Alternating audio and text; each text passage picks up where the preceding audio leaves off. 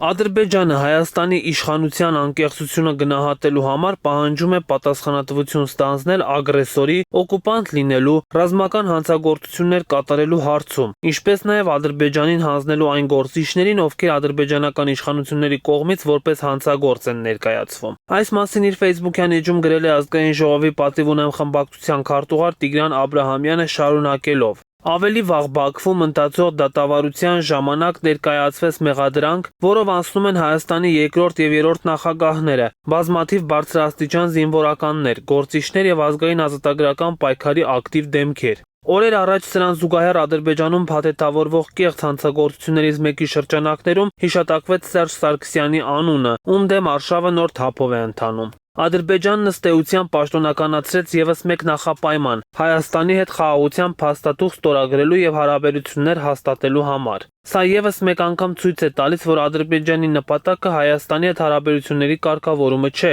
այլ քաղաքական քարտեզից վերջնական հեռացնելը, գրել է Աբրահամյանը։ Եվրոմեդիա 24-ը Տիգրան Աբրահամյանից հետաքրքրվեց, թե որքան է հավանականությունը, որ Հայաստանի իշխանությունները կբավարարեն Ադրբեջանի այս պահանջը և կարտահանեն այն մարդկանց, որոնց վերաբերյալ Ադրբեջանում կան հարուցված քրեական գործեր։ Որևէ արժանապատիվ պետություն,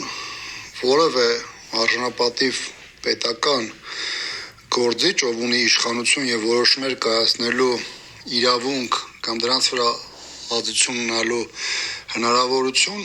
չի կարող իրեն թույլ տալ գնալ ադրբեջանական այդպիսի նախապայմանի իրականացմանը։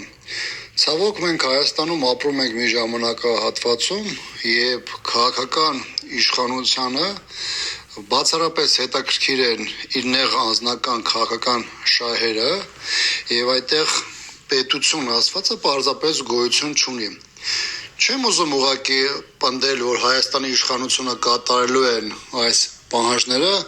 բայց այն, որ մեր հասարակության շրջանում խիստ կասկածներ են առաջացնում իշխանության հետագա գործողությունները,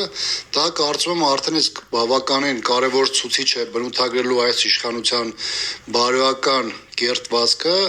եւ քաղաքական հետագիծը, որը մարդկանց մոտ բավականին մեծ անվստահություն է առաջացնում։ Նշենք, որ այս պահին Բաքվում հաստատված 25 գերեվարված անձ կա, այդ թվում Արցախի նախկին նախագահներ Բակո Սահակյանը, Արկադի Ղուկասյանը, Արայիկ Հարությունյանը, Պաշտպանության բանակի նախկին հրամանատար Լևոն Մնացականյանը, Պաշտպանության բանակի հրամանատարի նախկին տեղակալ Դավիթ Մանուկյանը, Ազգային ժողովի նախկին նախագահ Դավիթ Իշխանյանը, Արցախի նախկին արտգործնախարար Դավիթ Բաբայանը, Արցախի նախկին պետնախարար Ռուբեն Վարդանյանը։